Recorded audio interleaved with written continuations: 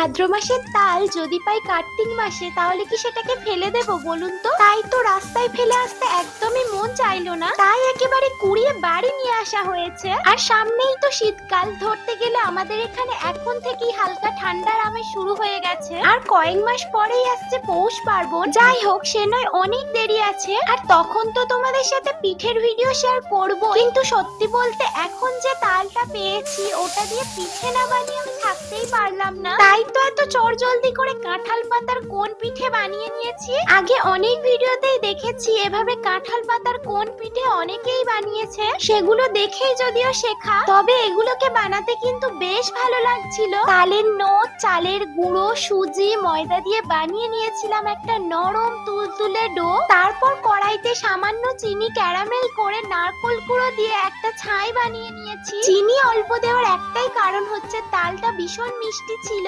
কাঁঠাল পাতার কোন করে তালের নোদ আর সুজি ময়দা দিয়ে বানানো ডোটা দিয়ে নারকেলের ছাই ভরে বেশ কিছুক্ষণ ভাবিয়ে নিতেই রেডি হয়ে গেল আমাদের কাঁঠাল পাতার কোন পিঠে।